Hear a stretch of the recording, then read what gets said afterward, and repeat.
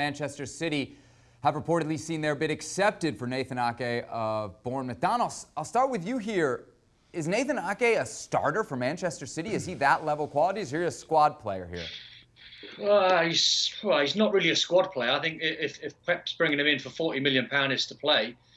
So Pep's obviously got ideas that he probably doesn't fancy John Stones. It might be time for him to move on, or Nicolas Otamendi.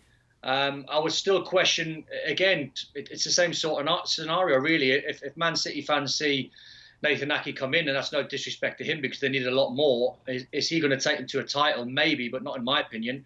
But if you drop someone like Koulibaly in there, and then you say to Nicolas Otamendi and Nathan Ake, right, you two fight it out for that next spot, then all of a sudden, Man City would convince me they're going a long way to go into a title again. If it's just Nathan Ake and the players that they've got there, he'll improve them, but toppling Liverpool's a whole new matter, and trying to do it in European football as well, that's a big ask.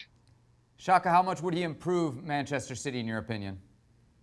A lot, in my opinion. Listen, with the exception of Laporte, Nathan Ake is better than the other centre-backs that Manchester City and Pep Guardiola have. So he comes in and he adds to that. Maybe he isn't the passer that John Stones is, but one of the big criticisms around City defensively is that they have too many defenders who are just worried about getting forward and not defending. I think Ake adds in that regard at the very least. Whether City have eyes on other players, I guess time will tell, but Ake is certainly an improvement on what they have.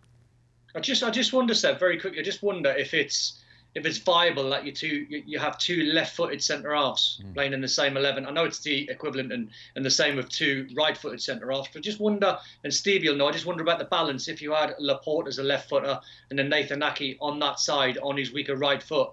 I don't know if it works. Stevie, what do you think? And is Ake the right fit for Manchester City?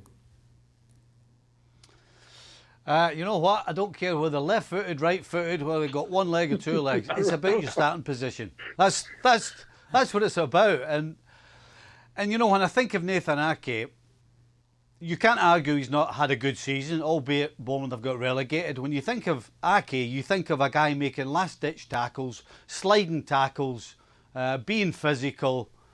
And I'm not sure that's what you want your centre-back to be. You want your centre-back to be cool and calm and to be unnoticed. You don't want a centre-back coming off being the man of the match, covered in dirt because he's had to slide all over the place. And why is he sliding all over the place? Is he starting position wrong?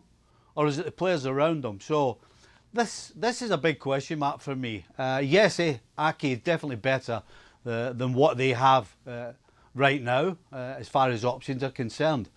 But is he any better defensively against teams that are breaking against Manchester City? I'm not so sure. So this is a big question mark. And you also got to say, Man City's record of signing proper centre-backs is not particularly good. Thanks so much for watching ESPN on YouTube. And for more sports highlights and analysis, be sure to download the ESPN app. And for premium content and live streaming, subscribe to ESPN Plus.